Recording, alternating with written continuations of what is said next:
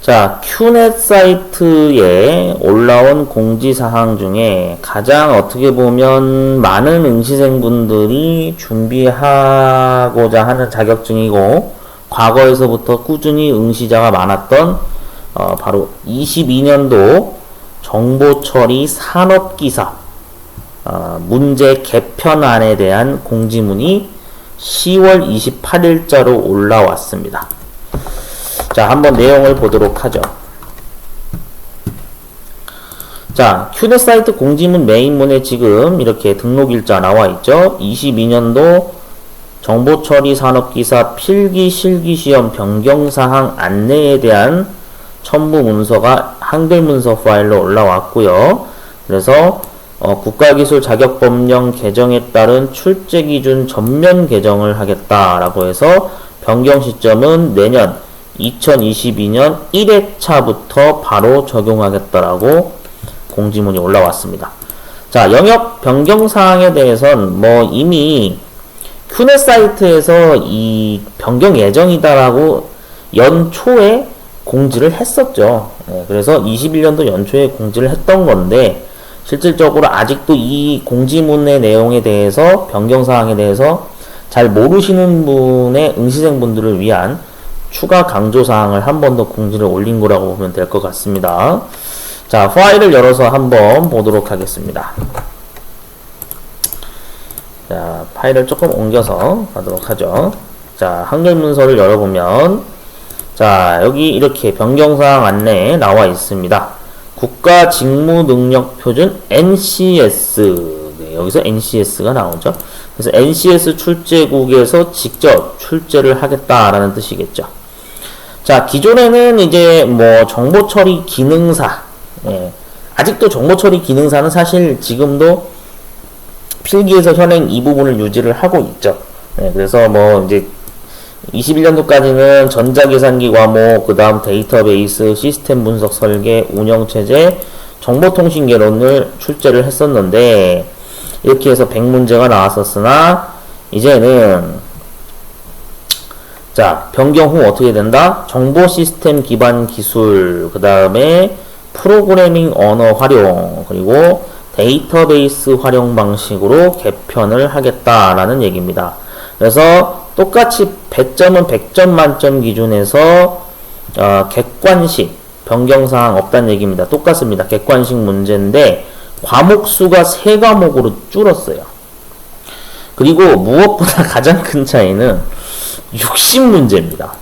60문제면은 분명히 이게 우리가 정보처리 기능사가 사실 기능사 종목들이 필기시험이 60문제거든요. 근데 이제 그 중에 이제 뭐 보통 36개 이상 맞추면 뭐 합격이고 막 이제 그런 식으로 갔었는데, 이 산업기사 종목이 이런 식으로 해서 60문제로 이제 개수가 줄었다라는 얘기입니다. 그래서 시험 시간도 2시간 반이었던 거를 1시간 반만 진행하겠다라고 이렇게 개편사항 내용이 올라왔죠. 자, 그 다음 실기 파트 변경 부분 한번 보겠습니다. 업무 프로세스 실무 일반, 데이터베이스 실무 일반, 그 다음에 알고리즘. 우리가 말하는 이제 여기에 순서도가 원래 들어갔었죠. 순서도 포함 뭐 C 언어 자바 방식으로 이렇게 나오고 있었는데, 근데 이제 이게 21년도까지는 이랬고요. 자, 다음에 신기술 동향 및 시스템 관리, 전산영어 실무가 이제 계속 예전부터 출제되어던 그런 방식으로 2시간 반짜리 필답형 실기시험이었죠. 그런데 이제 변경 후가 올라온 게 이렇게 바뀐다라고 공지문을 띄웠습니다. 응용 소프트웨어 기초기술 활용, UI 테스트, 그 다음 화면 구현, 프로그래밍 언어 활용. 그러니까 여기 부분이 실질적으로 이제 C 언어, 그 다음에 이제 뭐 자바, 이거는 이제 이런 방식 패턴으로 그대로 내고, 여기에 파이썬이나 C++를 추가할지 안 할지는 모르겠어요. 파이썬 그 다음에 C++를 이 패턴 알고리즘 추가할지 안 할지 모르겠는데, 하여튼 확실한 건 C 언어 자바는 그대로 나오겠죠. 자, 그 다음에 SQL 활용, 이게 이제 데이터베이스 부분이라고 보셔야겠죠. 그리고 어플리케이션 테스트 수행, 개발 관련된 용어, 그 다음에 어플리케이션 배포에 관련된 문제로 이제 개편이 된다. 그래서 기존보다 이제 또 두 과목이 더 늘면서 뭔가 이제 개편되는 과목들로 해서 시험 시간은 2시간 반 똑같이 합니다. 필답형인 것도 여전히 변화 없이 그대로 진행하겠다 이거죠. 그래서 아마 이것도 제 예상인데 20문제 중에 20문제를 주관식으로 낼 가능성이 높은 것 같죠? 그냥 예상입니다. 뭐 실제로 진행되는 문제를 나중에 봐야 알겠지만. 자, 여기 이제 보충 설명 내용 읽어보죠. 22년도 적용 실기시험은 20문항 기준. 여기 무슨 적혀 있네요, 바로. 20문제를 기준으로 출제될 예정이며 각각의 문제 배점의 합계에 따른 100점 만점으로 구성된다. 즉, 한 문제에 5점이란 얘기죠. 한 문제 배점이 5점이 된다는 얘기입니다. 자, 그래서 22년 적용 실기시험 출제 기준은 NCS 학습 모듈 대분류 20번에 정보통신이라는 과목이 있고 그 다음에 세부 분류로 들어가면 정보기술을 참고하시면 수험 준비에 도움이 될 것으로 사료됩니다. NCS 학습 모듈은 NCS 능력 단위를 교육훈련에서 학습할 수 있도록 구성한 학습 자료이다. 다만 학습 모듈은 정보처리 산업기사 실기시험의 교재 또는 절대적인 시험 범위가 아님을 알려드립니다라고 했지만, 자, 뭐 이렇게 지금 교묘하게 또 꼬아서 이렇게 설명을 해놨는데 실질적으로 ncs.go.kr 사이트 들어가시면요, 이 지금 과목 명칭이 위에서 언급한 게 다 들어가 있습니다. 여기 사이트 들어가시게 되면 위에서 언급한 이 과목들이 있죠, 다 PDF 문서로 공개 자료로 열려 있습니다. 그래서 언제든지 열람해서 학습이 가능하다라는 특징만 알고 계시면 됩니다. 여기 있는 이거 뭐 시험의 절대 범위가 아니라 그러는데 사실상 여기서 시험 문제 다 나와요. 그렇게 생각하시면 돼요. 그러니까 이 밑줄은 너무 신경 쓰지 마세요. 이거는 뭐 걱정하실 사항은 아닙니다. 자, 주요 변경 사항입니다. 자, 필기 과목 수 변경. 그래서 현행 5과목에서 3과목으로 변경을 하겠다. 그래서 시험 시간도 1시간 단축해서 진행을 하고요. 전산영어 실무는 이제 폐지가 돼서 없어지고, 실기도 순서도가 폐지됩니다. 순서도라고 하는 것은 우리가 이미 다 보셔서 아시겠지만 뭐 한 번 더 말씀드리면 이런 거죠. 자, 이게 사실 저 파워포인트에도 순서도 도형이 있는데 우리가 알고리즘 순서도를 이제 예전에 공부했을 때 분명히 이런 순서도를 봤어요. 자, 여기 제가 좀 몇 개만 좀 보여드릴게요. 자, 순서도라고 하는 것은 우리가 이제 실질적으로 이렇게 작성을 했었죠. 여기에 이제 뭐 준비 작업을 이렇게 만들어서 여기 육각형에서 여기다가 뭐 변수 같은 거 뭐 I, 또 J, K 이런 거 만들었었고, 그 다음에 여기에다가 이제 또 처리 과정을 넣어야 되니까 순서도에서 처리 도형 박스를 넣어서 여기에다가 이제 화살표를 딱 이어 붙이는 어떤 이런 형태의 순서도를 우리가 이제껏 많이 봐왔죠. 맞죠? 그래서 뭐 i는 i 플러스 1 이런 식으로 계속 출제가 장기간 되어 왔었습니다. 거의 한 몇 년 동안인가요? 거의 한 10년 가까이, 아니죠, 10년 넘게 출제됐죠. 10년 넘게 이렇게 계속 출제가 되어 왔었는데 얘를 이제 어떻게 하겠다? 폐지시키겠다 이겁니다. 폐지. 이제 더 이상 안 나온다 이 뜻이죠. 그래서 이런 건 이제 안 나온다. 자, 그래서 순서도 폐지 관련된 거고요. 자, 그 다음에 실기 프로그래밍 언어입니다. 이제 여기 언급이 됐네요. 아유, 친절하게 써줘놨네. 자, 실기 프로그래밍 언어 활용 영역은 실무에서 가장 많이 활용되는 3가지 프로그래밍 언어, C 언어, 그 다음 C++, 자바, 파이썬 위주로 문제가 출제가 될 것이다. 그러니까 정보 처리 기사랑 똑같이 가겠다 이거죠. 이런 식으로 가겠다 이 뜻입니다. 참고로 말씀드리면 정보처리 기능사는 여기 있는 C 언어 자바만 해당됩니다. 네. 뭐 이거는 뭐 이미 시험을 좀 몇 번 보신 분들은 아시겠지만 처음 내용을 접하시는 분들을 위해서 좀 미리 설명드립니다. 왜냐하면 초중고학생분들은 또 정보처리 기능사를 준비할 수도 있으니까요. 자, 그래서 동일하게 출제하겠다 이런 의미로 해석이 될 수 있고요. 기타 사항은 뭐 출제 기준을 참고하시기 바랍니다. 이렇게 써 있습니다. 자, 2022년에 대한 실기시험 필답형 공개 문제는 제공을 안 한다. 즉 한마디로 비공개로 진행하겠다 이 뜻이죠. 그러면 이제 방법은 똑같습니다. 지금 정보처리 기능사도 그렇고 기사도 그렇고 응시를 한 분들 대상으로 이제 뭐 커뮤니티 사이트에서 이제 복원 작업이 이루어지겠죠. 앞으로의 문제 기출 자료가 형성되는 문화로 진행 예정이다. 이렇게 보는 게 맞겠죠. 이제 커뮤니티 사이트에서 막 문제 복원 작업해서 이런 단어를 정답으로 요구하는 문제가 뭐 나왔었다. 지문이 뭐 이런 키워드가 나왔었다. 이제 그렇게 가겠죠. 네. 분명히 그렇게 될 가능성이 높습니다. 자, 비공개로 진행을 하겠다 이 뜻이죠. 자, 그래서 참고자료 큐넷 사이트에 이제 고객 지원의 자료실에 가보시면 출제 기준을 다운받을 수도 있고요. 아니면 여기 사이트 지금 도메인 주소 알려준 대로 국가직무능력표준 NCS 사이트에서 확인할 수 있다. 이게 내용입니다. 자, 그래서 전체적인 내용을 쭉 살펴봤습니다. 그러니까 결론은 말씀드리면, 근데 저는 사실 그렇게 생각해요. 이게 변경 후가 지금 이거는 맞는데 중요한 거는 변경 전에 있는 과목들을 그렇다고 해서 아무런 쓸모가 없느냐. 이 변경 전 과목에 해당되는 거에서 그대로 알아두면 도움되는 내용들이 상당수입니다. 설령 바뀐다 할지라도 바뀌는 거는 물론 당연히 학습을 해야 되는 거죠. 근데 바뀌기 전인 21년도까지 출제됐던 여기 내용 중에 특히 눈여겨보셔야 되는 게 바로 이겁니다. 데이터베이스. 얘는 무조건 계속 공부를 하셔야 돼요. 왜냐면 데이터베이스는 결국에는 여기 데이터베이스 활용이라고 해서 얘랑 결국엔 같은 개념이라고 봐야 되는 게 맞거든요.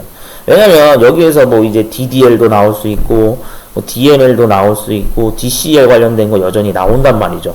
정보처리 기능사에서 아직도 그걸 주관식으로 내는 문제가 있어요. 산업기사에서도 얼마든지 가능한 얘기죠. 예, 주관식으로 내는 거니까.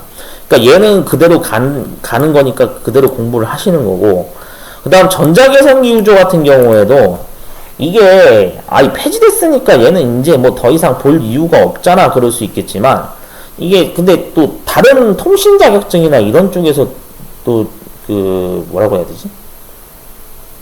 예, 아니다. 일단은 좀 설명드리면, 이게 이제 기능사는, 기능사 준비하는 분들은 계속 이게 남아있거든요. 일단 이건 좀 알고 가세요. 전자계산기 구조 같은 경우에는 기능사 필기는 여전히 계속 이게 나오기 때문에, 만약에 혹시나 학력사항이나 어떤 경력사항이 안 돼서 정보처리 기능사를 응시하고자 하시는 분들이 계시다면 결국에는 기능사 준비하시는 분들 입장에선 전자계산기 구조는 여전히 존재하는 개념이기 때문에 이게 알아두면 유익한 내용이기 때문에 좀 필요합니다. 자, 그 다음 시스템 분석 설계 같은 경우에는 여기에서 나오는 일부 용어들이 제가 알기로는 아마 실기 쪽에 보면 여기 이제 실기 파트죠. 실기 파트 변경 쪽에 보면 아마 여기랑 좀 일맥상통하지 않을까 싶어요. 어플리케이션 테스트 수행. 예.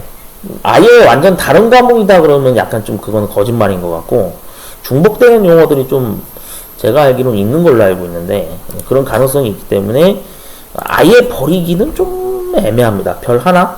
예. 그냥 이거 어디까지나 제 주관적인 생각입니다. 예, 사실 뭐 공부를 하시는 분들 입장에서는 정말로 이게 별개의 과목이겠구나라고 표면적으로 생각이 될 수도 있겠지만, 저는 이제 정보처리 산업기사를 지금 제가 지니고 있는 입장에서 자격증 보유자로서 생각이 들기로는 그래도 약간 연관은 있어요. 완전히 변경 전에 있는 과목들이 쓸모 없으니까 앞으로 보지 마세요 그러는 거는 그거는 좀 아닌 것 같다는 생각이 들어서 좀 중요도를 좀 제가 별로 표시를 좀 이렇게 해보는 겁니다. 사람마다 다를 수 있어요. 자, 그 다음 운영체제는 얘는 중요합니다. 왜 그러냐면 운영체제에서 이제 보통 우리가 언급이 되는 게 이제 뭐 대표적인 용어가 뭐 스레드 같은 것도 나올 수 있고요. 그 다음 프로세스 이런 게 나오거든요. 실제로 지금 기능사에서도 이게 주관식으로 정보처리 기능사에서도 이런 게 언급이 됐었기 때문에 얘도 완전히 뭐 없앴다 그래가지고 이게 그 개편되는 과목이랑 연관이 없느냐? 그렇지는 않아요. 제가 봤을 때는 한 별 2개 정도로 좀 연관성이 있는 걸로 저는 판단을 하거든요. 그냥 어디까지나 저의 주관적인 생각이지만. 그 다음에 통신 과목은 얘는 좀 일단 설명드리면 통신 과목 같은 경우에는 이게 실제로 기능사 실기에서는 계속 이게 존재합니다. 그래서 뭐 OSI 7계층이다 뭐다 해가지고 막 이게 계속 언급이 되고 있고, 실제로 정보처리 기사에서도 통신에 관련된 문제가 나오고 있는 걸로 알고 있거든요. 뭐 프로토콜을 물어본다든지 뭐 그런 용어로 나오기 때문에 얘 같은 경우에는 정보통신 과목도 그냥 이제는 앞으로 공부할 필요 없습니다 그러면은 사실 좀 부담스러워요. 얘도 하나 정도는 연관이 있어요. 왜냐면은 이게 이제 그 보통 이제 IT 쪽 자격증 준비하시는 분들이 또 많이 준비하는 게 보통 네트워크 관리사나 또 그 다음에 정보기기 운영기능사를 준비하시는 분들도 있거든요. 분명히 있어요. 이걸 준비하시는 분들이. 그래서 나중에 이제 다른 자격증을 준비를 하시는 계획을 세우시는 분들 입장에서라도 그런 걸 감안했을 때 이 통신 과목 같은 경우에도 그냥 버리기에는 좀 애매해요. 그래서 저는 이제 제가 이렇게 주저리 이렇게 지금 계속 떠드는 이유는 그만큼 이게 개편이 됐다 그래서 과거의 내용들을 그냥 싹 버리고 그냥 여기 변경 후에 있는 과목들만 공부하기에는 조금 부담스러운 측면이 있습니다. 왜냐하면 일단은 결론부터 말씀드리면 이 실기 변경 후에 해당되는 여기 있죠. 얘가 사실상 이제 뭐냐면은 NCS 기반이니까 결론은 일단 어려워요. 한마디로 얘기하면 어렵다라고 표현을 하거든요. 근데 그 어려운 거를 조금이라도 부담을 덜으시려면 기존의 변경 전에 있는 이 과목들 있죠. 얘네들을 전자계산기 구조는 뭐 어차피 기능사 필기 때문에라도 물론 한다고 치지만 데이터베이스 같은 경우에는 가장 제가 별을 많이 쳤죠. 바로 얘 때문에 그렇습니다. 이거 데이터베이스에 관련된 거기 때문에 꼭 알고 계셔야 되고, 그 다음 프로그래밍 언어 활용은 사실상 이 순서도 알고리즘이나 뭐 C언어 자바 알고리즘하고 일맥상통하는 거니까 거기에 이제 파이썬 C++ 추가됐을 뿐이니까 뭐 큰 변화는 없다고 봐야 되겠고요. 그 다음 UI 테스트가 이제 얘는 산업기사에만 있습니다. 기사 종목에는 UI 테스트가 없어요. 제가 확인한 걸로는 없는 걸로 알고 있습니다. UI 뭐 UX 테스트라고 정확히 되어 있는 것 같은데 아마 NCS 과목에는 이렇게 떴을 거예요. 그래서 그다음 어플리케이션 테스트 수행, 이거는 이제 기능사에서도 지금 출제가 되고 있죠.